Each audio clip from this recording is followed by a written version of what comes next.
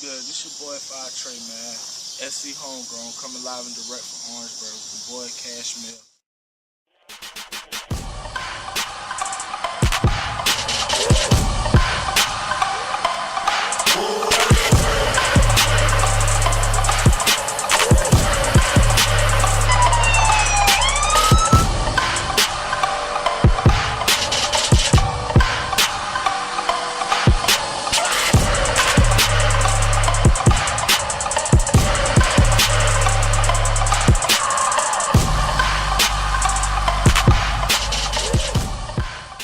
I did an interview with you, 3 the Hard Way, which consists of you, Ninth, Hustle Boy, Ben Freezer, and Carolina Ace. You know, what separates you differently from them as a solo artist? Well, basically,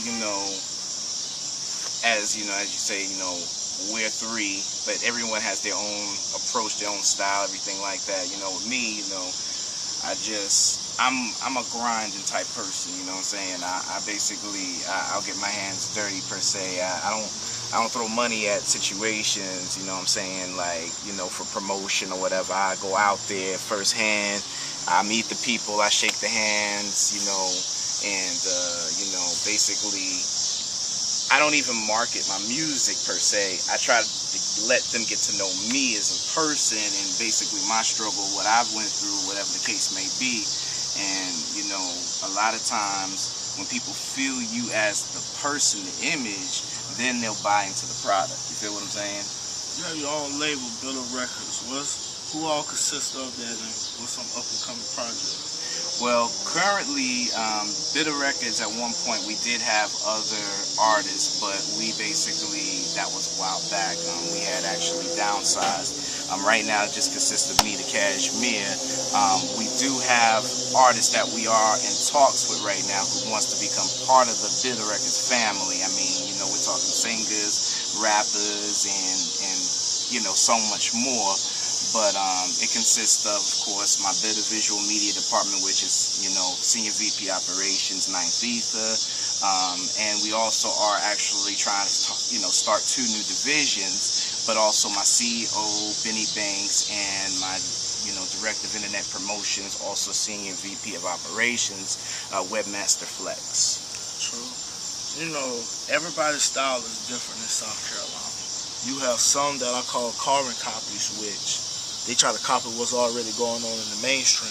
What makes you stand out from the rest of the South Carolina artists is that you can put your stamp on the South Carolina music scene?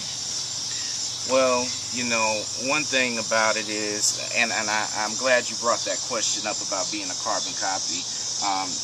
When a record comes on, there's certain things that sound similar to other people, such as drum patterns, certain ways that they deliver their rap or whatever, you know what I'm saying? And, ever since I started rapping, which, I was 14 when I started rapping, I always did it different.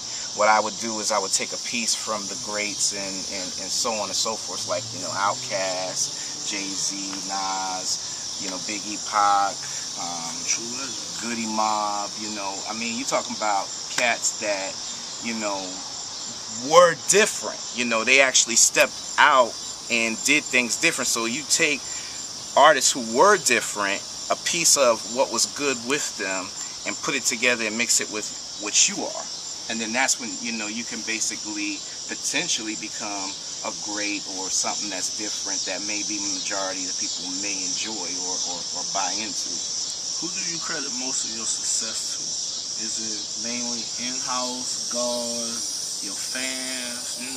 What really wakes you up in the morning to continue to be an artist? That's actually a deep question there. It starts with, of course, number 1 above God. Second, my late pops, you know what I'm saying? My mom's also, she basically was supportive, brother. My team, people who believe in me, my fans, my supporters, whether it's in America, outside of America. A lot of people don't realize I got actual followers outside of America. It's just, yeah, I've actually released a record back in '05 called Put 'Em Up, Nuck Buck, It charted on Billboard. It was #2, you know, for basically hip-hop, R&B single sales in the country, right under Janet and Nelly's Call on Me. And, you know what I'm saying, in the top 100s, we peaked at #9. And I mean, I'm beating out Madonna, John Bon Jovi. I mean, and as you see, I'm not saying other hip-hop artists. I'm talking about other genres and big names, you know. So a lot of people's been sleeping on Bitter Records, and it's okay, you know. It's understandable because what South Carolina has been doing repetitively, a lot of people are starting to lose, you know, belief in, you know, an artist who can actually beat the odds and go mainstream while still, you know, talking about being from South Carolina. You know, I've been seeing you had a lot of buzz lately on Facebook with doing performances from county to county, from festival to festival. How is that energy that the crowd gives to you to make you go out there and give your 110% best? Well, you know, it goes back to like what I just was saying, you know, when people is losing the belief of someone being able to take their state and put it to the forefront, be that representative for the hip-hop community. And when I go out and these people are telling me, you know, I mean, I've had people telling me, yo, we need somebody, you know, the streets is talking. They like, look, we need somebody to come forth and take South Carolina to a place that has never been before. And when they vibe to me and they're like, man, we feeling you, you know, we feeling your grind, we feeling your music, everything about you, your style, everything like that, then it's like, yes, I'm going to come back. I'm going to go to these shows. I'm going to give these people 110, 200% because they deserve it.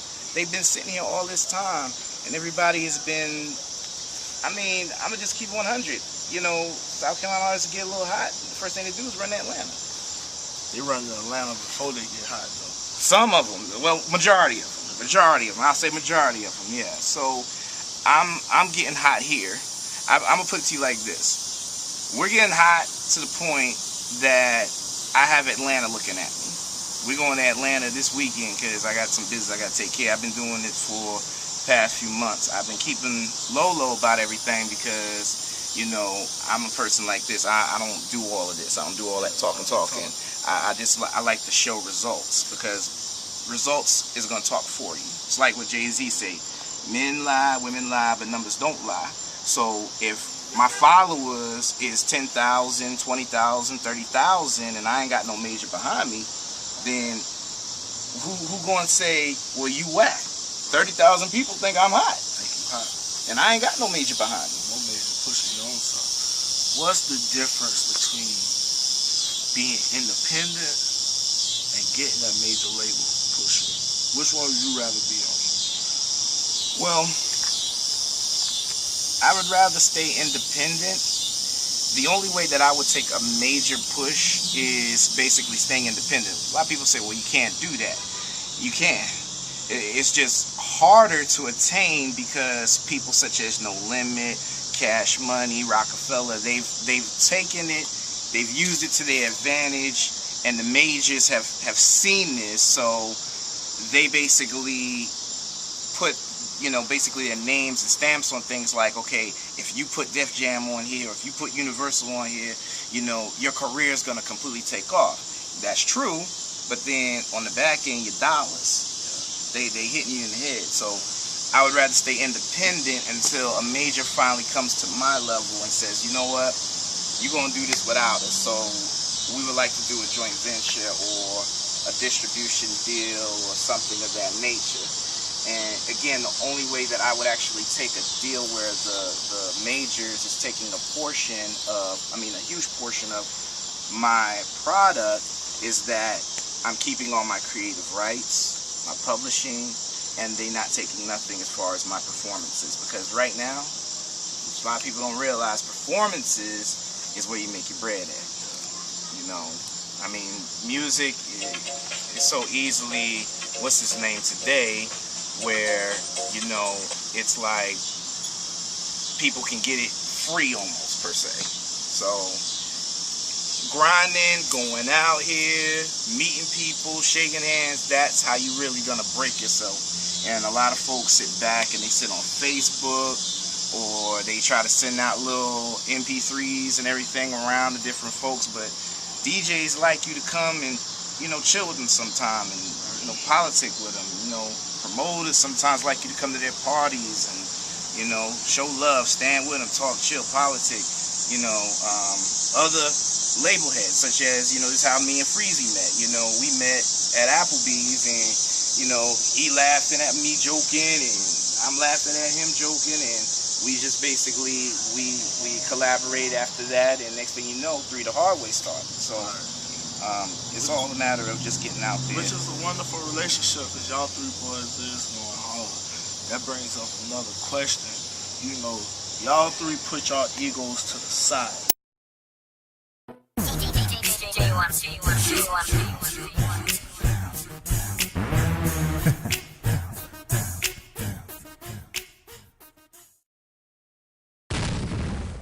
Bitter Records.